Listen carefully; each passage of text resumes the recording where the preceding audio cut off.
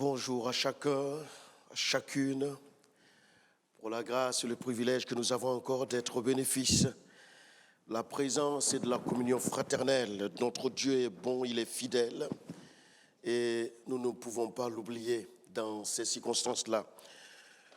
Heureux d'être avec vous ce matin, heureux de partager ces quelques moments avec vous. Nous saluons nos frères et sœurs qui nous écoutent, qui nous suivent de près comme de loin. Quelle grâce! J'ai relevé une prière ce matin où la personne à 3 reprises dans sa phrase a cité le mot témoin. Le mot témoin. Nous sommes tes témoins. Et en effet, ça a été là le sujet de ma réflexion. Sommes-nous chrétiens ou sommes-nous témoins? Es-tu chrétien ou témoin? Les deux mots ne veulent pas dire forcément la même chose. Et plus on avance dans la nouvelle génération, plus il y a un qui devient un fourre-tout. Et le deuxième mot, qui est le mot témoin dans mon agencement des mots, eh bien, on se rend compte qu'il n'y a pas beaucoup qui veulent être témoins de quelque chose. Avez-vous déjà eu un accrochage sur la route? Avez-vous déjà vu quelqu'un ou des personnes qui se portent toujours volontaires pour dire « moi j'ai vu ». En général, on a tendance à... Et on dit souvent, pour ne pas me créer de soucis, je préfère ne rien dire ou je préfère être... Ce n'est pas gagné. En effet, dans la chrétienté, le mot chrétien n'était pas finalement notre appellation d'origine contrôlée. Pourquoi? Parce qu'une des premières fois que ce mot va être utilisé, c'était à la limite pour ridiculiser les disciples, pour se moquer des disciples. Un peu comme si on leur disait, voilà ceux qui suivent Jésus, ceux qui suivent Christ, les suivistes. On penserait que en les identifiant de cette manière, ça allait les offusquer ou peut-être leur donner de ne pas poursuivre cette façon de faire. Et comme Jésus était physiquement présent sur la terre, amen, nous le croyons, il est venu une fois, il reviendra. Comme il est venu sur la terre, la Bible déclare qu'à la trentaine, Jésus va sillonner les ruelles, passer de bourgade en bourgade pour annoncer l'évangile. Et partout où il passait, il guérissait des malades, des démons étaient chassés, des lépreux étaient purifiés, des aveugles voyaient, des morts ressuscitaient. Et sa renommée se répandait. Et des 12 qu'il avait choisis, finalement, va augmenter nombre en nombre jusqu'à causer un problème, un souci géopolitique quand on sait les gouvernants de son temps. Voilà à ce moment-là qu'à Antioche, on va sortir, d'après la parole, ce nom chrétien. Ceux qui suivent Christ. Or, un autre mot qui, à mon avis, nous identifie plus, même au XXIe siècle, et ça va être l'objet de la lecture du texte que je vous propose, Actes chapitre 1, et nous lirons à partir du verset 6. Alors les apôtres réunis lui demandèrent, « Seigneur, est-ce en ce temps que tu rétabliras le royaume d'Israël ?» Il leur répondit, « Ce n'est pas à vous de connaître les temps ou les moments que le Père a fixés de sa propre autorité. » Le verset 8 qui m'intéresse plus ce matin, « Mais vous recevrez une puissance, le Saint-Esprit survenant sur vous, et vous serez mes témoins. » Vous serez mes témoins. il me semble qu'il ne dit pas « vous serez des chrétiens à Jérusalem », mais des témoins à Jérusalem, dans toute la Judée, dans la Samarie.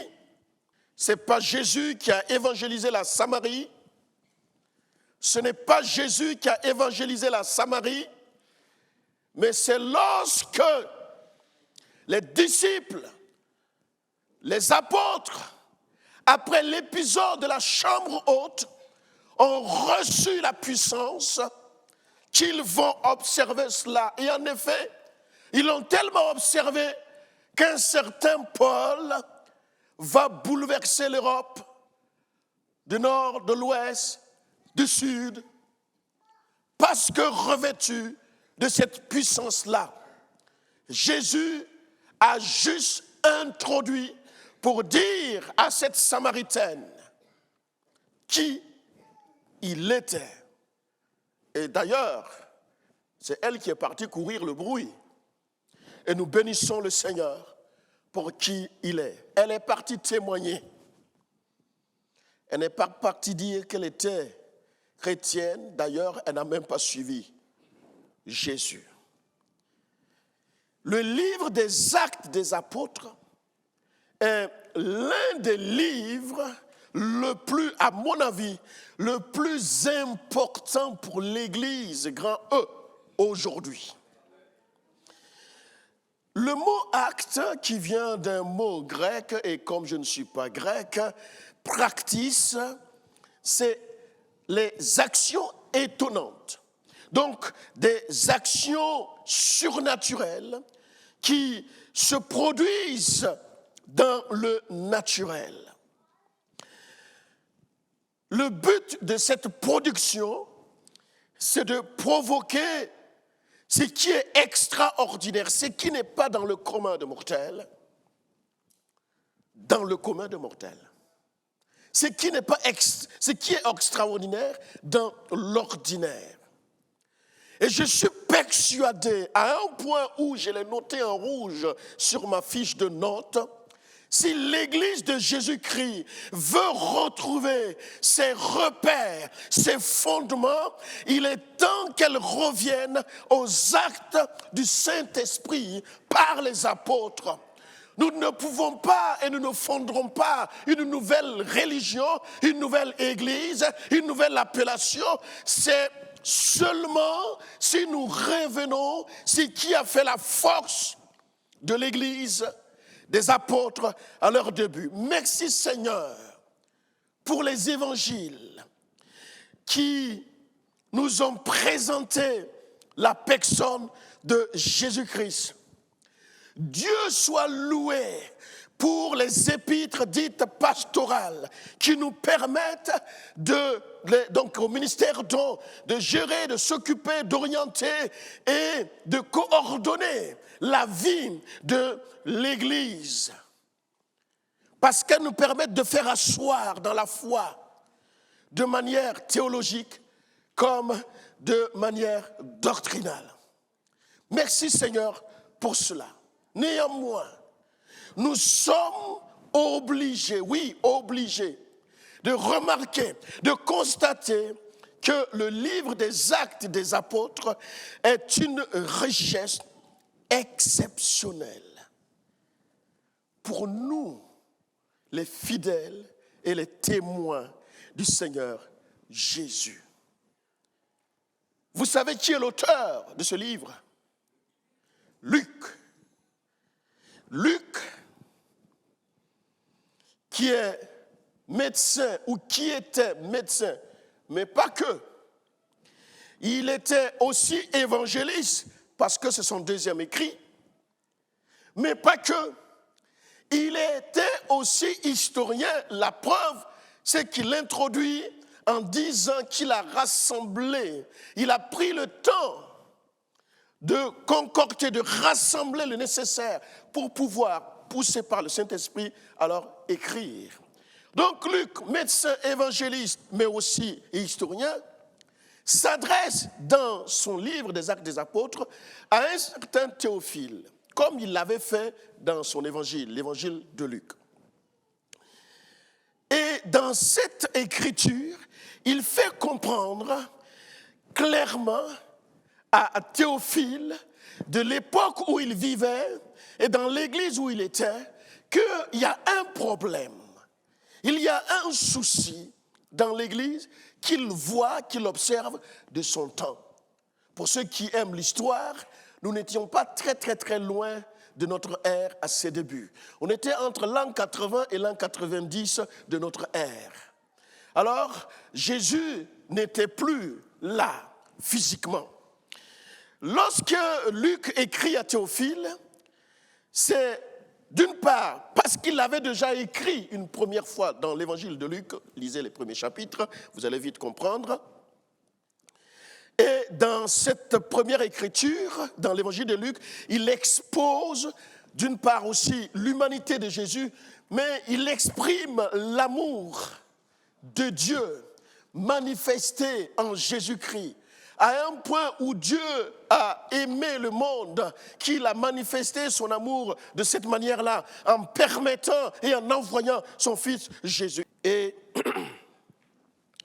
il écrit à Théophile pour la seconde fois, pour lui montrer que ce qu'il voit aujourd'hui dans les églises, donc de son temps toujours, qui à mon avis nous concerne aussi plus que jamais, il lui dit, ça n'a pas toujours été comme ça. Ce n'était pas comme ça. Il lui va donc décrire l'Église à ses commencements, à ses débuts. Je vous l'avais déjà dit, à titre personnel, je n'aime pas le mot primitif. Ça fait préhistoire. Ça fait comme si à l'époque, ils avaient 4 bras et 4 jambes. Pourtant, c'était des gens comme nous. L'Église à ses débuts. Alors, il prend, depuis l'ascension, depuis le jour où Jésus, en Galilée, s'est enrôlé dans le nuage et qu'un ange apparaît, leur dit, cet homme que vous avez vu partir, eh bien, reviendra de cette même manière. Alors les disciples avaient gardé cette parole et sont repartis. Ils sont repartis dans la chambre haute et nous savons la suite, on en touchera quelques mots.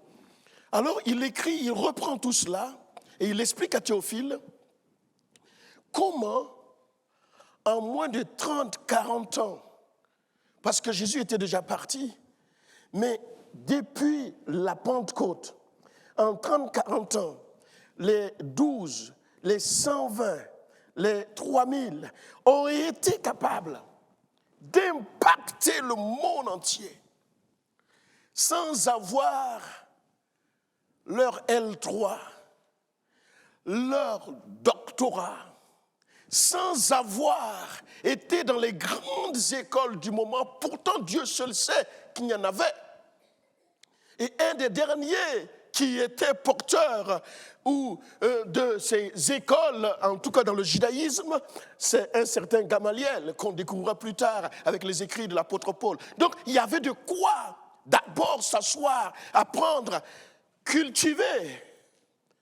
Mais ce qui s'est passé dans la chambre haute, le lieu où ils se rassemblaient habituellement, ce qui s'est passé à la Pentecôte était d'une puissance extraordinaire.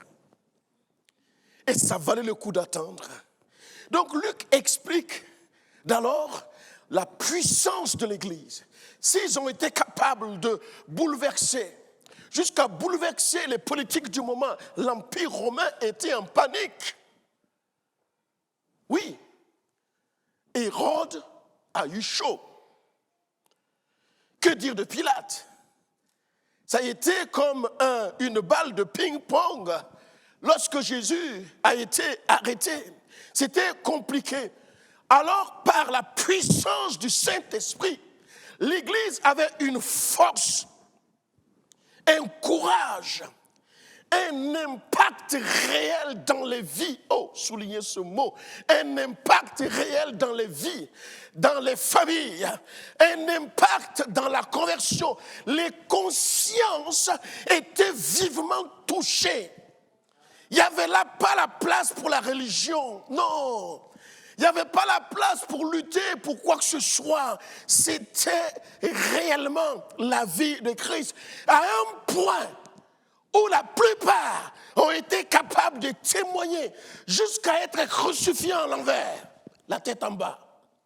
Ils ont été capables de témoigner jusqu'à être sciés, brûlés, parce qu'une puissance, le Saint-Esprit, leur avait été donnée.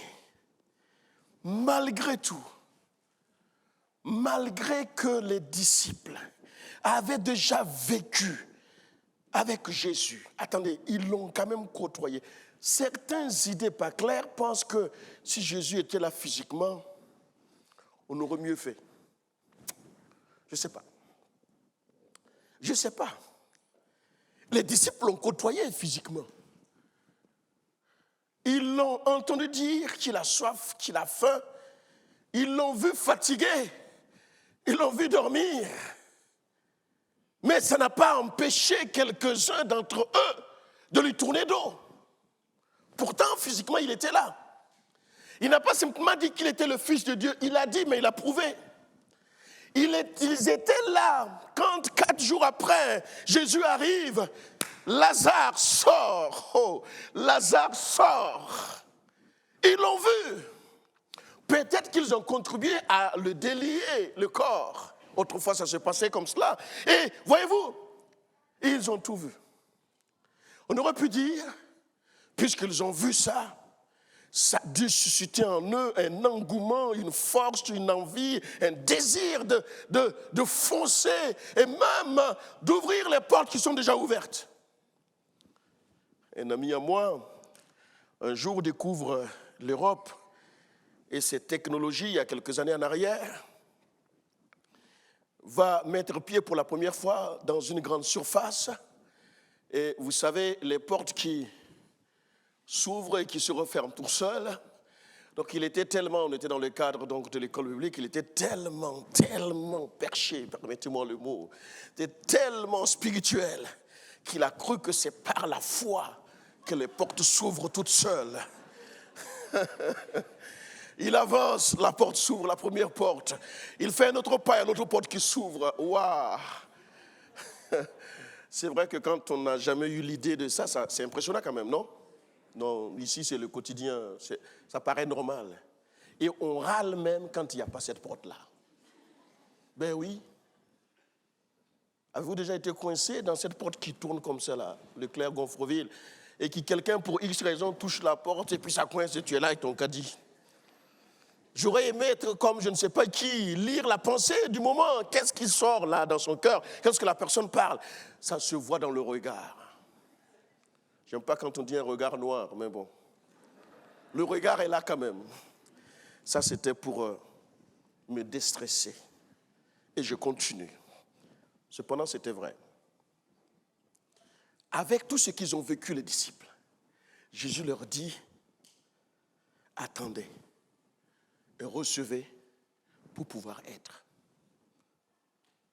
En d'autres mots, ils n'étaient pas. Ils étaient que des chrétiens.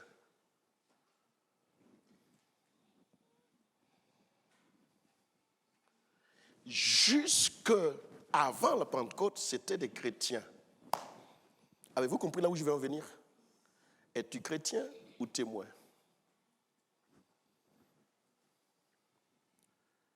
Si le fait de suivre Jésus tous les jours, voir ses miracles, voir ses opérations extraordinaires était suffisant, à quoi bon de leur dire, dans Actes 1:8, allez-y attendre, recevez et soyez. Tu te positionnes où là? Et en plus, tu es en désavantage puisque tu n'as pas Jésus physiquement. Voyez-vous, c'est dans ça que j'aimerais vous introduire avant que nous allions vers une forme de conclusion. Jésus dit aux disciples, vous recevrez une puissance.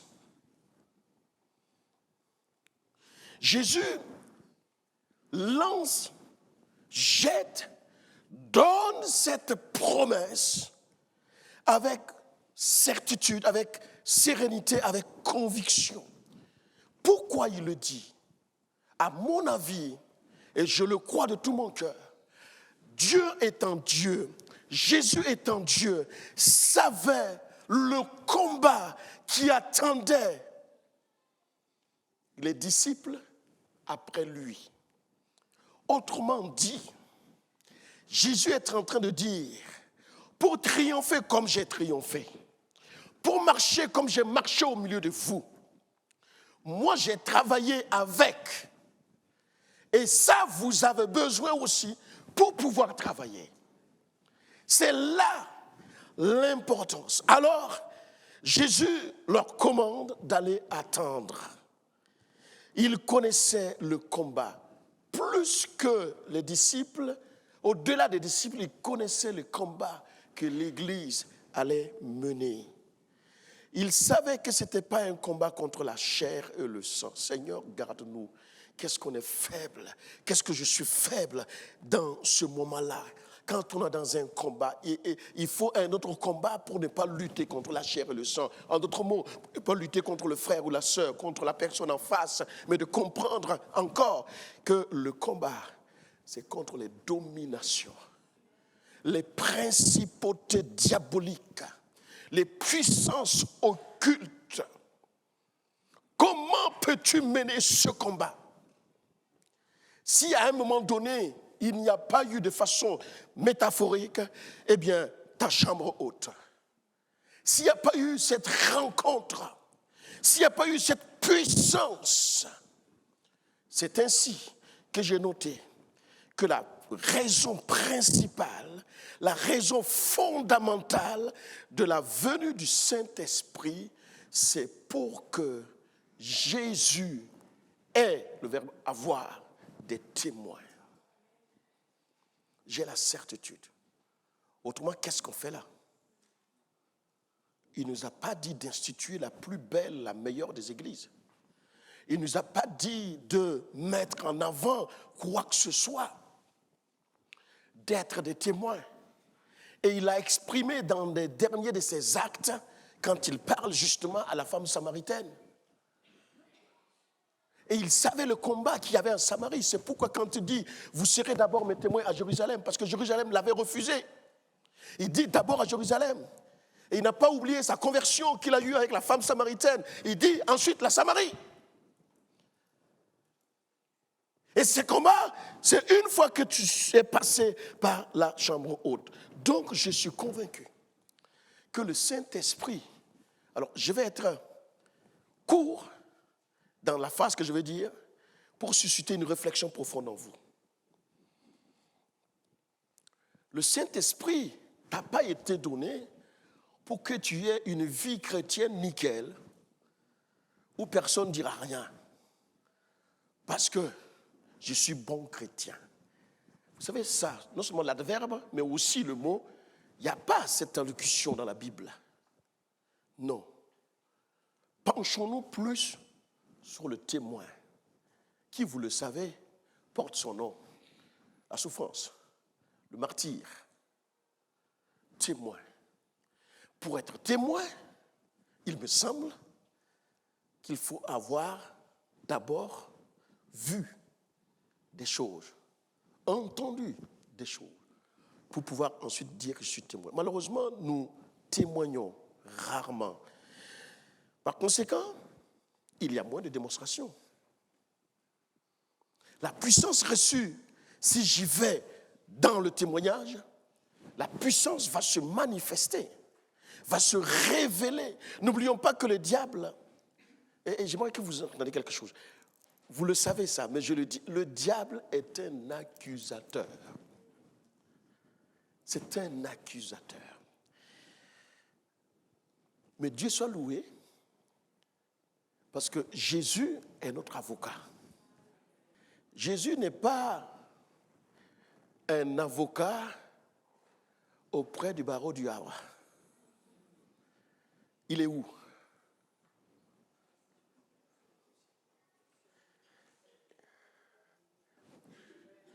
Il est avocat auprès du Père. Ça veut dire beaucoup ça. Il est en train de te dire, tu as un père. Alors qu'il te révèle que tu es un accusateur, Tu as un père. En fait, l'accusation dont le diable se sert n'est pas juste je me promène et j'arrive là, je parcours la terre, j'ai vu que il a un acte, un ancien acte. À chaque fois qu'il arrive, il présente l'acte. Mais la Bible dit que la mort et la résurrection de Jésus a effacé cet acte dont les ordonnances nous condamnaient. Vous voyez, qu'est-ce qu'il fait?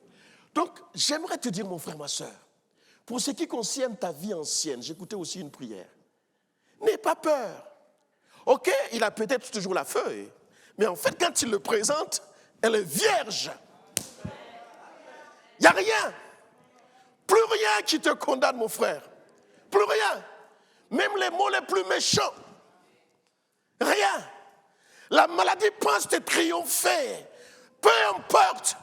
Écoute, je ne dis pas comme étant rempli d'émotions, je le dis de tout mon cœur. Même si la maladie venait à t'emporter, c'est un gain. Ce n'est pas moi qui le dis. Et je parle pour le coup de façon circonstancielle. Voyez-vous, l'avocat. Donc, finalement, puisque la feuille est vierge, Jésus n'a pas à défendre. Il ne va pas passer son temps à défendre ceux dont il a déjà réglé. Mais il défend quoi alors? C'était un avocat.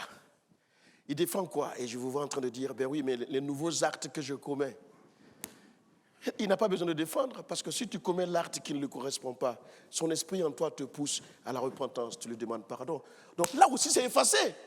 Mais Jésus est avocat auprès du Père pour faire quoi?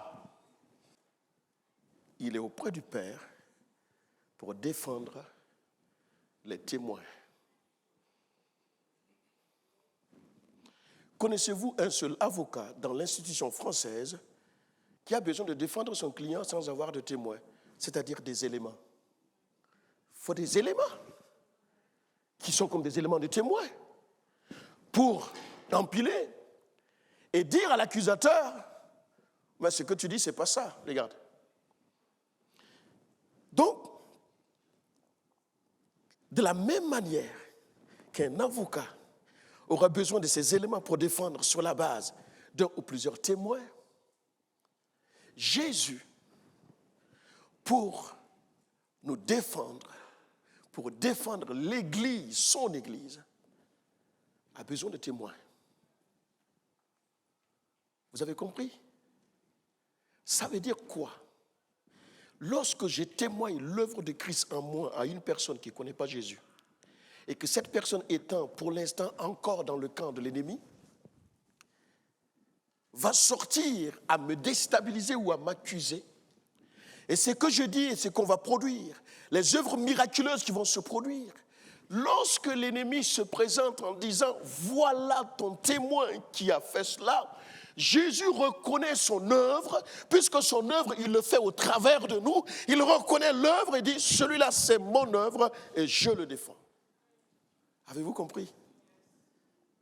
Tu veux que l'avocat exerce son avocature auprès du Père, sois un témoin fidèle. Un témoin fidèle. Ainsi, dans cette forme de trilogie, c'est-à-dire accusateur, avocat, accusateur, témoin, le point décisif, ce n'est pas l'accusateur, ce n'est pas l'avocat, c'est le témoin. C'est le témoin. C'est plus que j'ai le Saint-Esprit, je parle en langue. C'est plus que de dire j'ai le Saint-Esprit, je donne des dons spirituels. C'est plus que ça. Sois un témoin. De quoi? De l'œuvre de Christ. En toi, en moi. Vous serez mes témoins. Et ça n'a pas été donné à tout le monde. Non. Vous savez, même les anges, nous dira l'apôtre Pierre, 1 Pierre 1, 12, même les anges cherchent à plonger leur regard dans ce qui se passe entre nous, les chrétiens, les enfants de Dieu, et Dieu. Mais non, ils n'ont pas droit.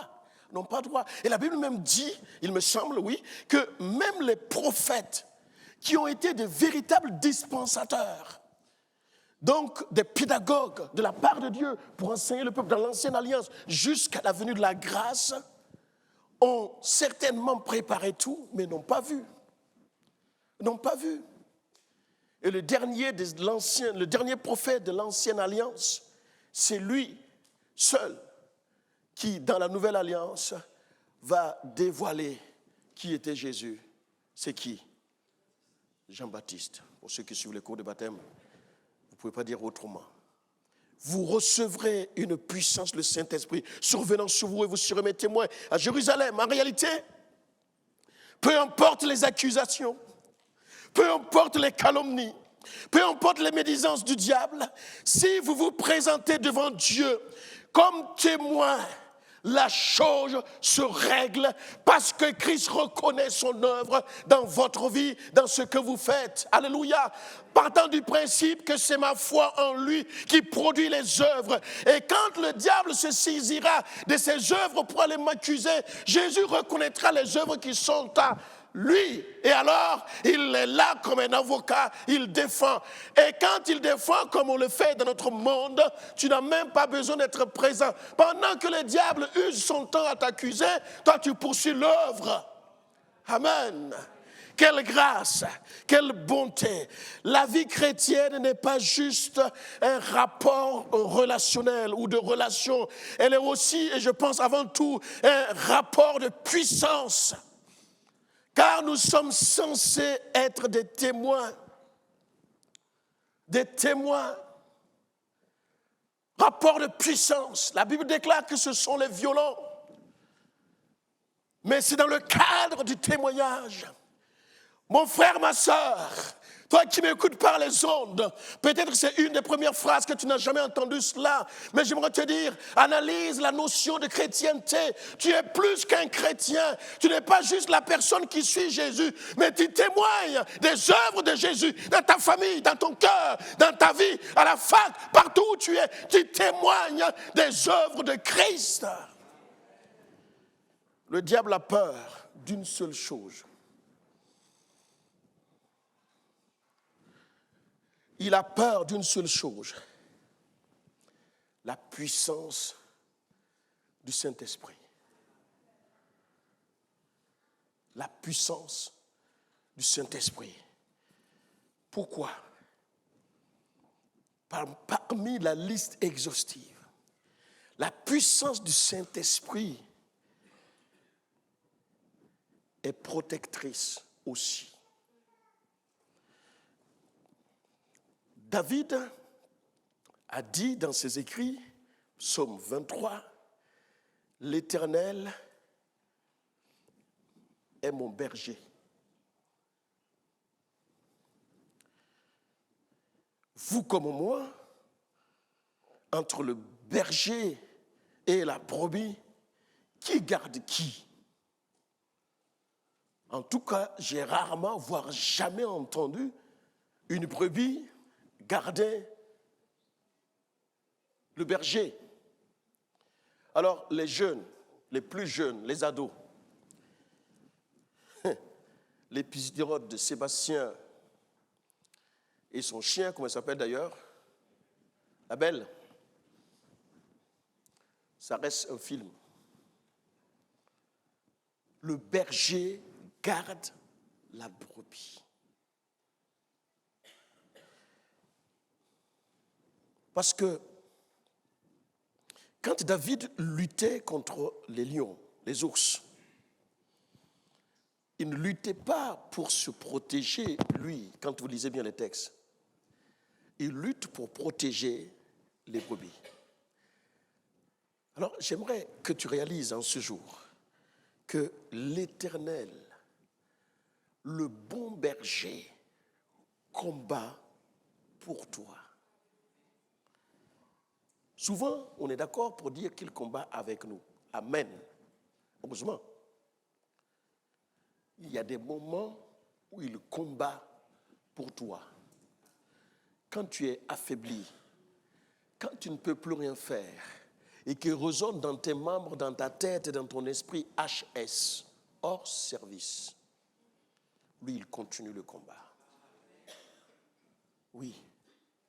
Quand on ne peut plus, quand il n'y a plus d'issue, quand ce n'est que des impasses, quand le ciel d'airain semble résonner, lui, il combat pour toi. En effet, les disciples, quand Jésus est mort, ont eu peur, quelques-uns. Certains sont repartis pour reprendre leurs anciennes activités. Et les premières heures de sa mort, d'ailleurs, ils se sont enfermés dans une maison. Et ça a été la grande surprise quand Jésus rentre avec un corps tout autre que celui dont il est mort avec. Ça a été la panique. Que dire de ces deux disciples qui ont marché pour un bon temps avec Jésus et finalement, on découvrit plus tard qu'ils marchaient avec Jésus. C'était quelque chose qui va les chambouler.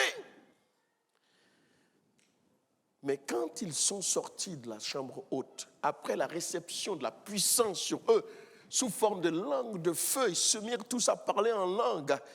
Le plus peureux d'entre eux, celui qui avait officiellement renié, c'est lui qui prend la parole et qui sort devant tout le monde, je ne sais pas s'il était sur un balcon, et il va commencer à parler. Dire des mots un peu durs, à mon avis, pour quelqu'un qui avait renié Jésus.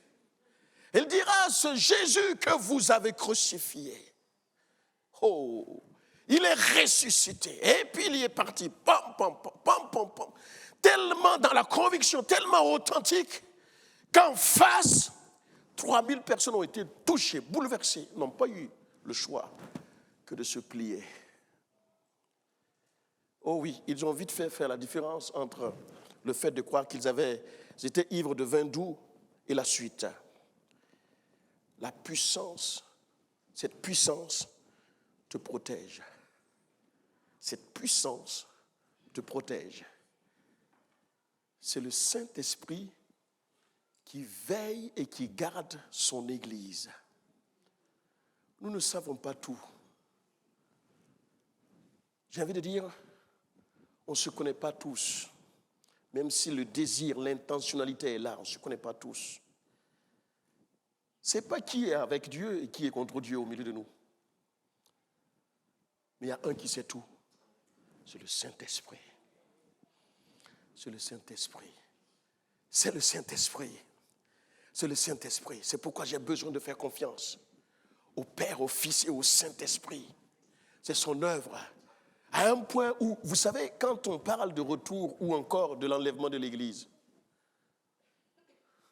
c'est en même temps le Saint-Esprit, son départ. Hein? Donc c'est le Saint-Esprit qui porte et qui soutient. Ne néglige pas. Ce n'est pas une question de dénomination. Non, non, non. C'est écrit, si tu aimes la parole. Mais j'ai aussi, et je termine sur ça, la puissance, c'est aussi une puissance restauratrice. Une puissance qui restaure. Ramener les choses à son état original. C'est pourquoi un des anciens prophètes, Joël, chapitre 2, verset 25, parle de redonner prophétiquement, certes à Israël, mais nous concerne aussi, de redonner les années que les sauterelles ont dévorées. Un jour viendra, on réfléchira sur ce texte. C'est tellement profond, parce que souvent on est léger là-dessus. On dit, comment, enfin... Quand il y a quelqu'un qui est parti, il est parti. C'est quoi redonner les années? Enfin, je ne sais pas moi, quand tu as 30 ans, tu as 30 ans, hein, tu n'auras plus 15 ans. Hein? Non? Ben, voyez-vous, on réfléchira là-dessus. C'est tellement riche. Quand Dieu, note ceci, quand Dieu veut te donner quelque chose, il te fait changer d'abord de position. Mes amis, qu'est-ce qui empêchait Jésus de dire aux disciples, la chambre dans laquelle vous étiez enfermés, peureux là, retournez dans cette chambre, dans cette maison, et attendez. Non. Jésus leur dit, allez à Jérusalem. Et justement, dans cette ville-là, ils avaient un endroit où, quand ils venaient, ils se retrouvaient là-bas, dans la prière. Alors, je sais que quelques-uns ont fait un tour en Israël, mais bon, l'endroit où on nous montre n'est pas tout à fait ça. Mais en tout cas, ils avaient un endroit où ils se retrouvaient, dans la prière. Et c'est là qu'ils ont prié jusqu'à ce que le Saint-Esprit vienne. En fait, il te faut cet endroit dans ta vie. Non pas que Dieu réside dans des lieux, mais juste pour te dire, c'est le moment où il n'y a que lui et moi. Il m'a dit, j'attends sa promesse. Aujourd'hui, il ne s'agit pas d'aller s'enfermer dans sa chambre en disant, j'attends que le Saint-Esprit me remplisse. Mais c'est plus un état d'esprit. Parce que vous avez des enfants de Dieu qui ne sont pas remplis du Saint-Esprit, mais qui ne sont pas non plus dans l'attente. Parce que ça fait 15 ans, ça fait 10 ans, ça ne m'empêche pas d'être chrétien. Je préfère être comme ça et fidèle que ceux qui le sont et qui font n'importe quoi. Hop, hop, hop, hop, hop. Allez, je sors ce qui vous a manqué. Hey! C'est quand même grave. Quand Dieu veut te donner quelque chose, il te fait changer d'abord de position. Malheureusement, nous regardons toujours qu'à la finalité, alors que Dieu considère le cheminement, le chemin parcouru. Dieu t'a dit oui. Il ne s'agit pas de dire, bah oui, il m'a dit, mais je ne vois rien. Parce qu'il est en train de considérer le cheminement pour arriver. Vous savez, quand Jésus dit qu'il est le chemin, la vérité et la vie, il est le chemin en tout. Ben oui. Ce n'est pas juste un colis avec 3 objets à l'intérieur. Non. Chemin, vérité, vie. Il est le chemin en tout. Tu as pris une décision, il y a eu un cheminement. Tu veux t'engager avec lui, il y a un cheminement. Pour venir ce matin à l'église, tu as fait tout un cheminement. Il a fallu te réveiller, il fallait prendre un petit déj ou un café bien serré. Il a fallu faire la toilette, il a fallu pour enfin être là. Il y a un cheminement. Que Dieu nous fasse grâce.